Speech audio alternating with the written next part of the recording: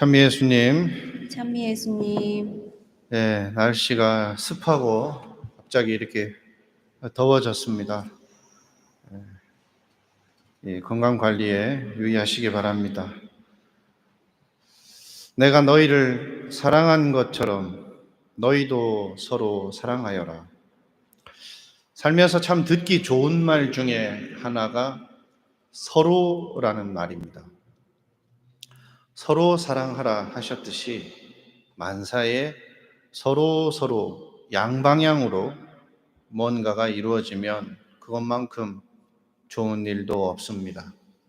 서로 이해하고 서로 말하고 듣고 서로 주고받고 서로 양보하고, 물론 좋은 일에 가져다 붙일 때 이 서로라는 표현이 좋다는 뜻입니다.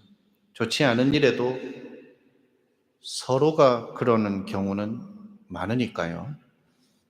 서로 못 잡아먹어서 안달이다, 이런 식으로 말이죠. 그래도 여하튼 서로라는 말은 그 말 자체로 어감도 참 좋고 뭔가 잘해보고 싶을 때 우리가 더 많이 쓰는 말이다, 이렇게 생각하고 싶습니다. 예수님께서도 서로 사랑하라 하시면서 내가 한 것처럼 너희도 하라고 하셨습니다. 즉, 일방적으로 사랑의 본을 보여주었으니 너희도 잘 터득해 보라, 이렇게 하신 것이 아니라 예수님께서 그동안 제자들과 지내시면서 그들과 서로 주고받는 사랑을 하셨다는 뜻입니다.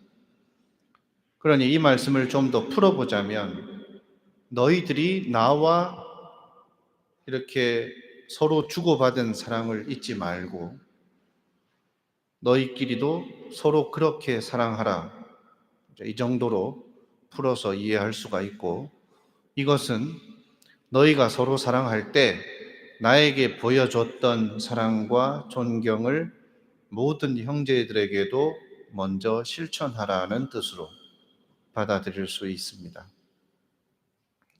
그런데 안타까운 것은 좋은 일은 서로 먼저 하기가 그렇게도 어렵고, 좋지 않은 모습은 너무나 쉽게 누가 먼저랄 것도 없이 앞다투어 하게 되더라는 것이죠. 가볍게는 먼저 인사하고 먼저 연락하기, 먼저 물어보기, 좀 무겁게 보자면 먼저 사과하고 먼저 용서하기, 먼저 사랑을 고백하기는 참 잘 안 됩니다. 그런데 먼저 투덜대기, 먼저 서운해하기, 먼저 삐지기, 먼저 미워하고 추측하고 판단하고 단정짓는 것은 누가 안 가르쳐줘도 잘 되고 노력을 안 해도 참 잘 됩니다. 위정자들도 말은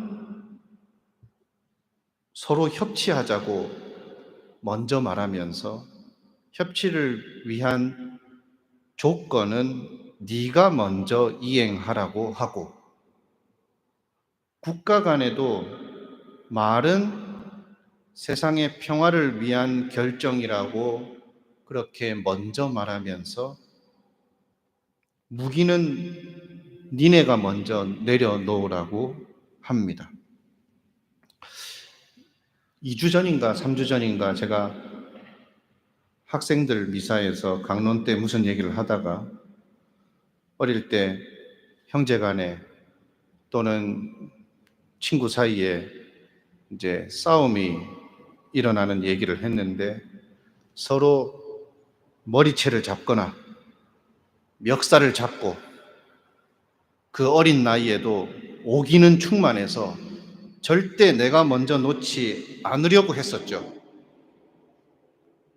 그래서 하나 둘 셋 하면 같이 놓자고 이제 합의를 해놓고 그 하나, 둘, 셋 카운트 하는 동안에도 그 마음속을 가득 채웠던 그 불신감, 내가 먼저 놓으면 억울할 것 같고, 그래서 그 온 감각이 예민해져서 상대방 손에 힘이 빠지는 것이 먼저 느껴져야 간발의 차로 같이 손에 힘을 풀던 그 집중력, 그래야 좀 덜 억울한 것 같던 그 기분, 이런 걸 좀 기억해 볼 필요가 있습니다. 이런 감정들을. 왜냐하면 우리가 좋은 일을 서로 그렇게 하자고 말하면서도 긴장을 늦추지 못하고 먼저 실천하기를 망설이는 것은 내가 먼저 실천하는 것이 때로는 우리를 억울하고 분하게 만들기 때문이죠. 사실 그런 일이 많이 일어납니다. 그래서 왜 내가 먼저 그래야 하고 왜 나만 그래야 하지? 라는 말이 자주 나오는 것이죠.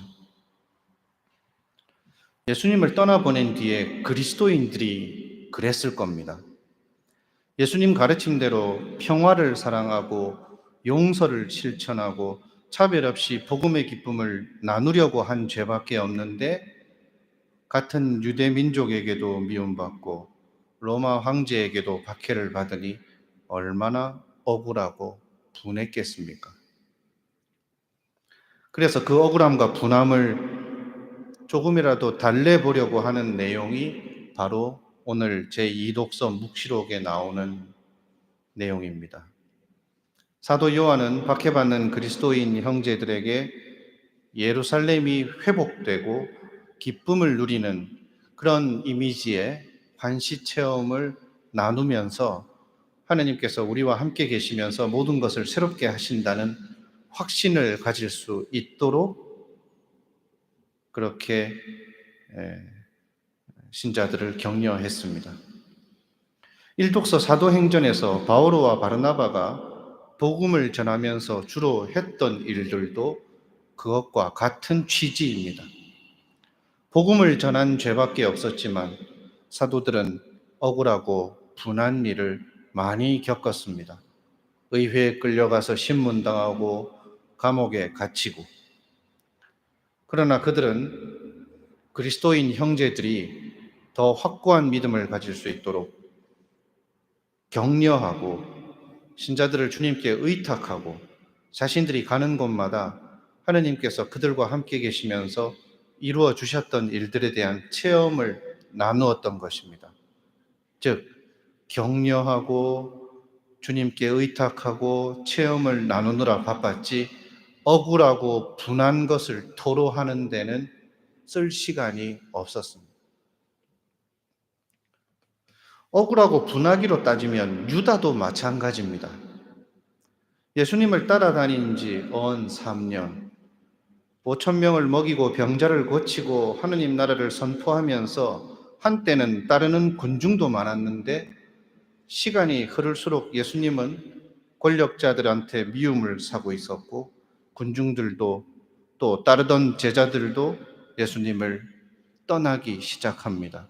옆에서 그것을 지켜보는 것도 속상한데 급기야 어느 순간부터는 예수님부터가 알아들을 수 없고 납득이 안 되는 말씀들과 비전을 제시하니까 그동안의 노력과 시간이 아까울 정도로 억울하고 분했을 겁니다.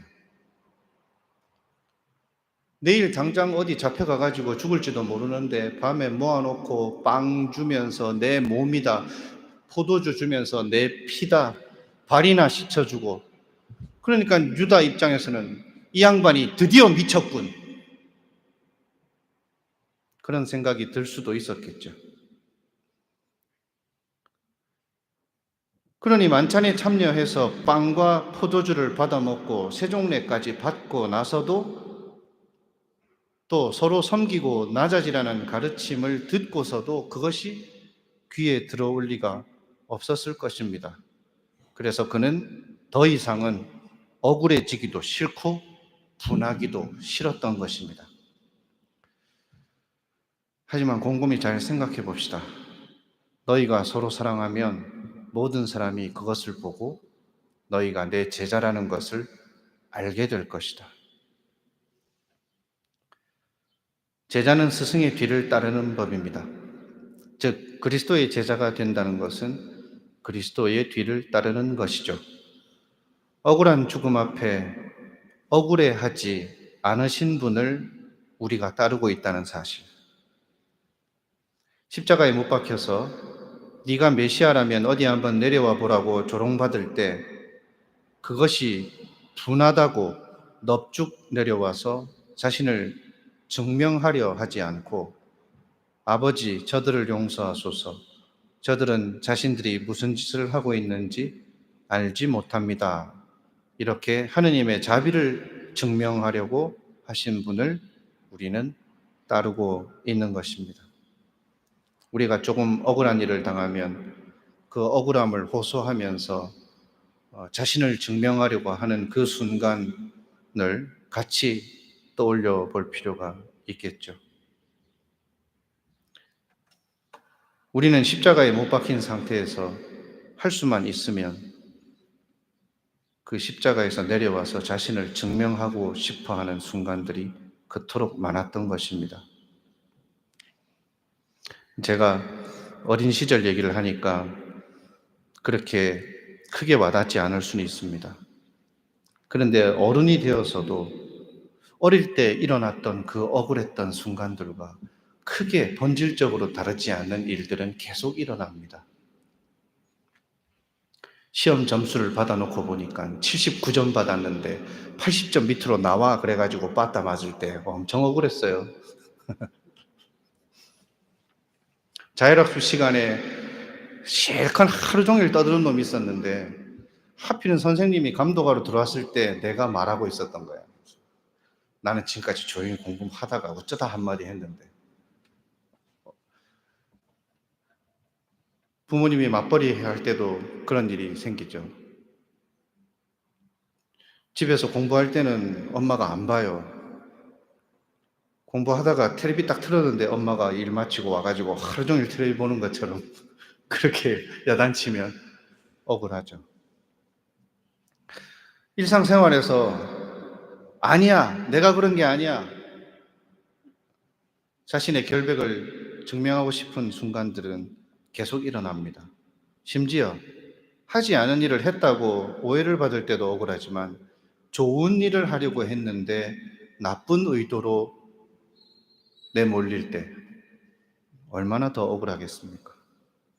우리를 구원하기 위해서 오셨는데 하느님을 모독한다라고 내몰리고 사람들을 치유하고 구원으로 이끌고자 한 것뿐인데 십자가에 못 박아 죽이려고 할 때 그때 억울하고 분한 감정을 이겨내고 끝까지 용서하고 사랑한다라는 것은 도대체 어디에서 오는 힘일까요? 우리가 따르는 분은 바로 그런 분이셨습니다. 그러니까 그분 앞에서 기세등등하게 왜 내가 먼저 그래야 합니까? 왜 나만 그래야 합니까? 라는 말은 적어도 우리 그리스도인들에게는 당당함이 아니라 뻔뻔함이 될 수도 있다는 것을 생각하면 좋겠습니다. 그러니까 우리 서로 사랑하면서 당당한 제자가 되어보도록 합시다.